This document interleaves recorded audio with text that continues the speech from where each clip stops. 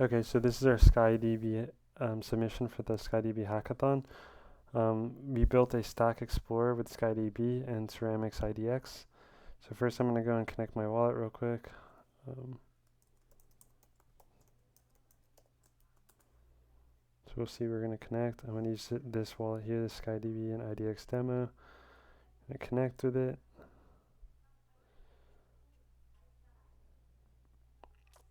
So just give it a second to connect.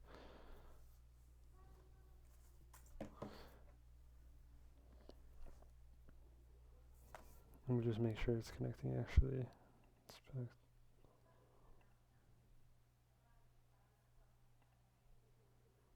So yeah, it's authenticating now. It's waiting.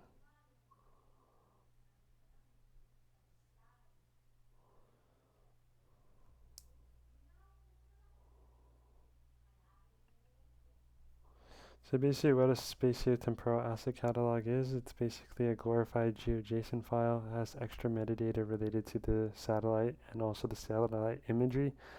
This is useful in the geospatial community where they need to have extra data and extra metadata based on these things that are important to them. So yeah, we just have to wait for this to connect. It should connect soon, hopefully.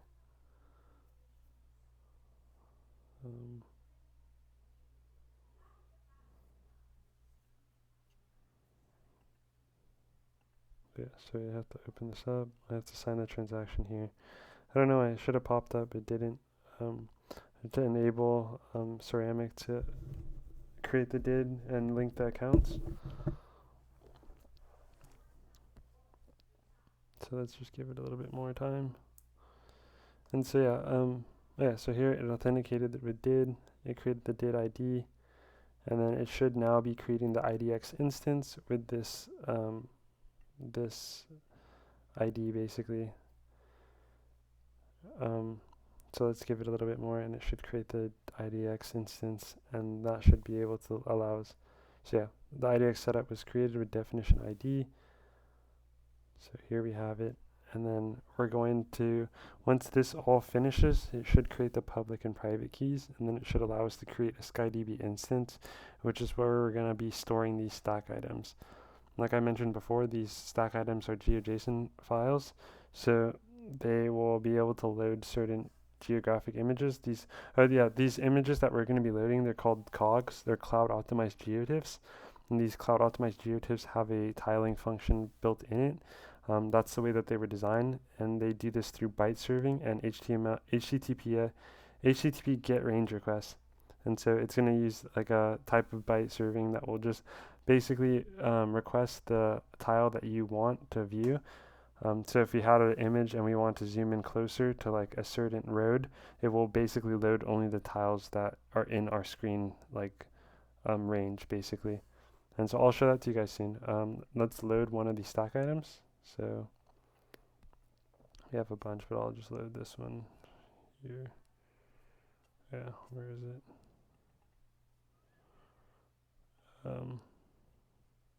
So we have the Hurricane Harvey.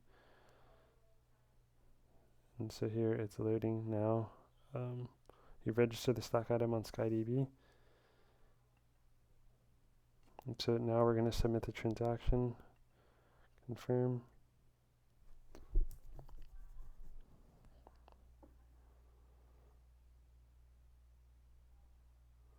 So let's just wait for the transaction to confirm. Once it's confirmed, we'll have the STAC item on SkyDB, as well as, like, it's not actually stored on Ethereum, but we have a smart contract that is acting like a registry.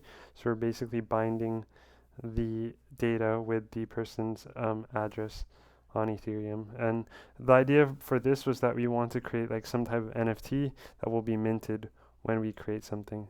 And so yeah, basically this happens, the transaction is confirmed, and then now I can, once it's registered successfully, I can then register another STAC item. So I can select the second one here.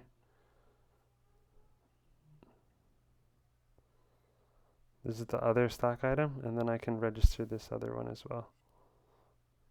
So here, do the same thing. I register it. It will mint some type of NFT. So now the user has some type of proof on the Ethereum network that they have this data. But then it's also on SkyDB. So we can use the IDX. Like, I guess you can use Ceramic's identity wallet, but we can also use this identity indexing to allow us to retrieve the data that we want and load the proper geotiffs and stack items that we want. And so I'm going to show you soon where, once this registers, where we can basically show you the two different types. So like this one is loaded, and I'll show you the tiling feature as well. So you can see as I zoom out, it like gets blurry, but as we zoom in, it gets clear, and it will auto render basically.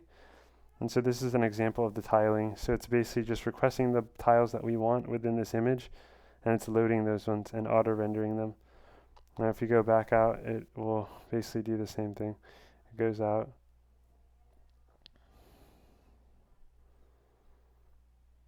And so yeah, and then I just want to show you this part here where we can then switch. So we can go to the browse stack items. So this is the one that I just uploaded, and this is the one that I loaded before. And you can see that we have the stack item here, the loaded stack item that we're on now, and then we can also load other stack items as well.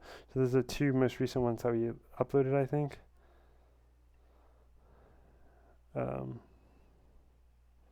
I believe, let me just make sure. Desktop. So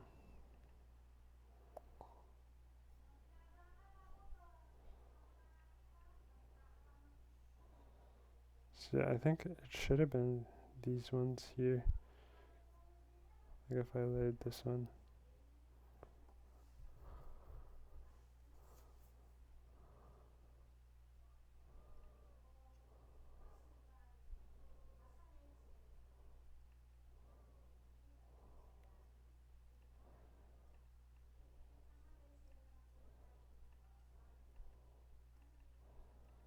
Yeah, but it should have allowed us to load them as well.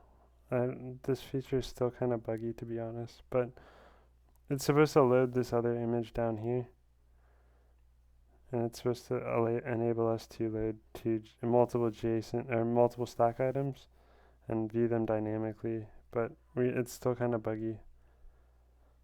Sorry about that. But yeah, this was our submission for the stack ID or StackDB, and also for IDX as well. Thank you.